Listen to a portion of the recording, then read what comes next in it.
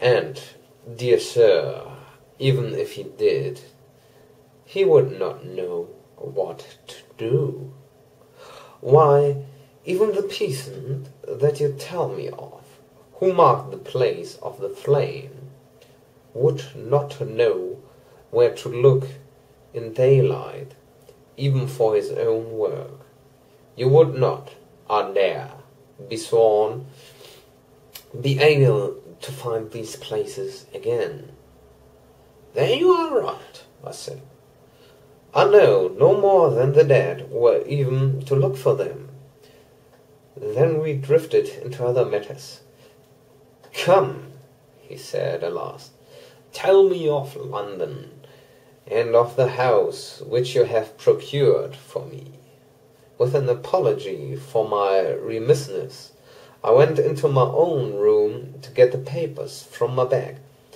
Whilst I was placing them in order, I heard a rattling of china and silver in the next room, and as I passed through, noticed that the table had been cleared and the lamp lit, for it was by this time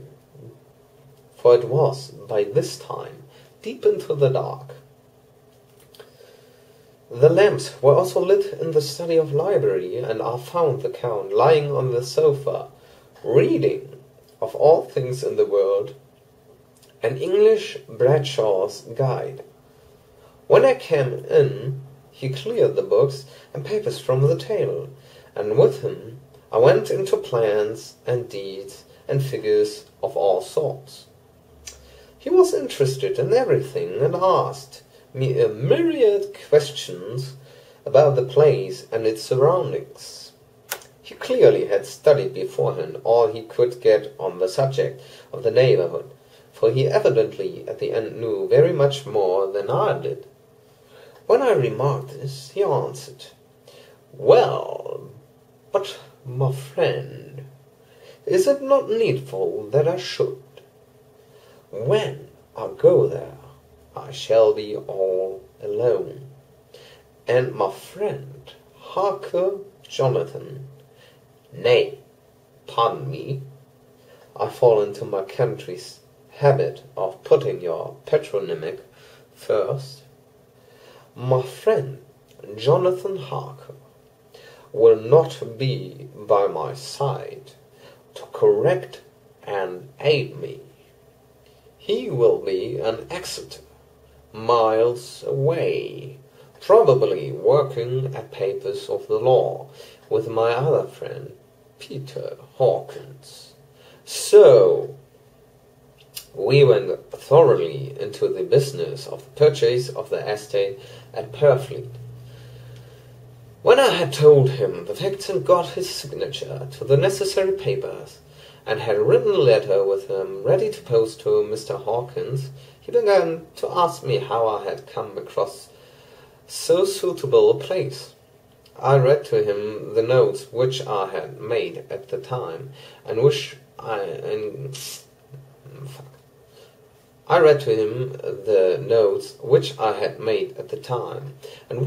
inscribe here. At Purfleet, on a by-road, I came across just such a place as seemed to be required, and where was displaced a dilapidated At Purfleet, on a by-road, I came across just such a place as seemed to be required, and where was displayed a dilapidated notice that the place was for sale. It is surrounded by a high wall of ancient structure, built of heavy stones, and has not been repaired for a large number of years. The closed gates were of heavy old oak and iron, all eaten with rust. The estate is called Carfax, no doubt a corruption of the old Quatre Fils, as the house is four-sided, agreeing with the cardinal points of the compass. It contains in all some 20 acres, quite surrounded by the solid stone wall above mentioned. There are many trees on it, which make it in places gloomy, and there is a deep, dark-looking pond or small lake, evidently fed by some springs, as the water is clear and flows away in a fair-sized stream. The house is very large and of all periods back, I should say, to medieval times. For one part is of stone immensely thick, with only few windows high up and heavily barred with iron. It looks like part of a keep, and is close to an old chapel or church. I could not enter it, as I had not the key of the door leading to it from the house, but I have taken with my kodak views of it from various points. The house has been added to, but in a very straggling way, and I can only guess at the amount of ground it covers, which must be very great.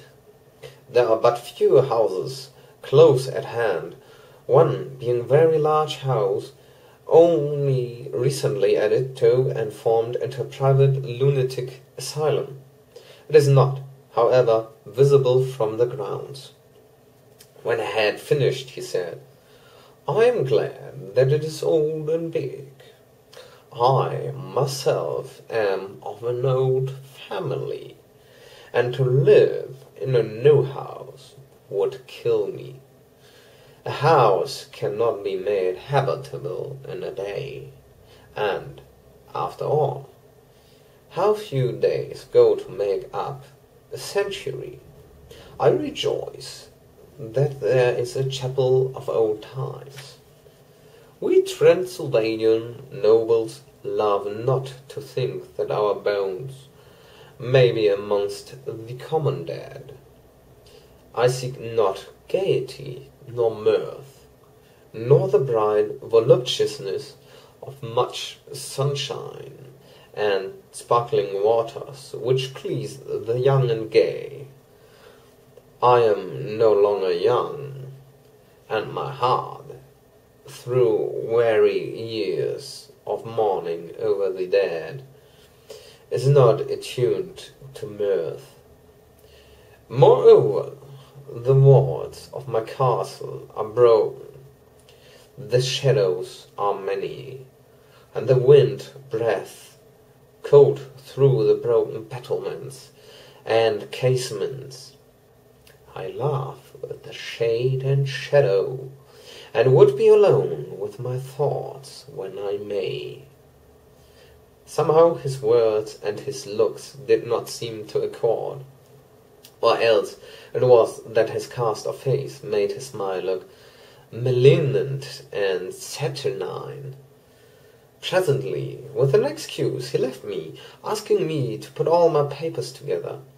He was some little time away, and I began to look at some of the books around me. One was an atlas, which I found open naturally at England, as if that map had been much used. On looking at it, I found in certain places little rings marked, and on examining these I noticed that one was near London on the east side, manifestly where his new estate was situated. The other two were Exeter and Whitby on the Yorkshire coast. It was the better part of an hour when the Count returned. "Aha," he said, "still at your books? Good, but you must not work always. Come, I am informed that your supper is ready."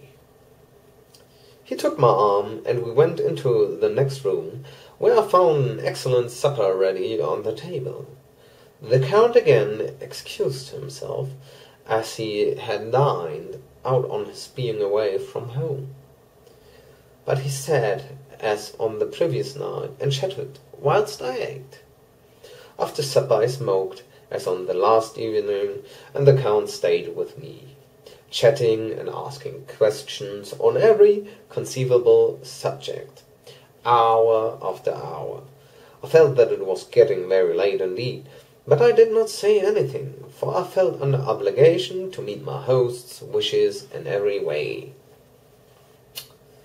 I was not sleepy, as the long sleep yesterday had fortified me, But I could not help experiencing the chill which comes over one at the coming of dawn, which is like, in its way, the turn of the tide. They say that people who are near death die generally at the change to the dawn or at the turn of the tide. Anyone who has, when tired, and tied, as it were, to his post, experienced this change in the atmosphere, can well believe it. All at once we heard the crow of a cock coming up with preternatural shrillness through the clear morning air. Count Dracula, jumping to his feet, said, "Why, there is the morning again. How remiss I am to let you stay up so long. You must make your conversation regarding my dear new country of England less interesting, so that I may not forget how time flies by us." And with a courtly bow he left me. I went into my own room and drew the curtains, but there was little to notice. My window opened into the courtyard. All I could see was the warm, grey, quickening sky. So I pulled the curtains again, and have written of this day, 8th May.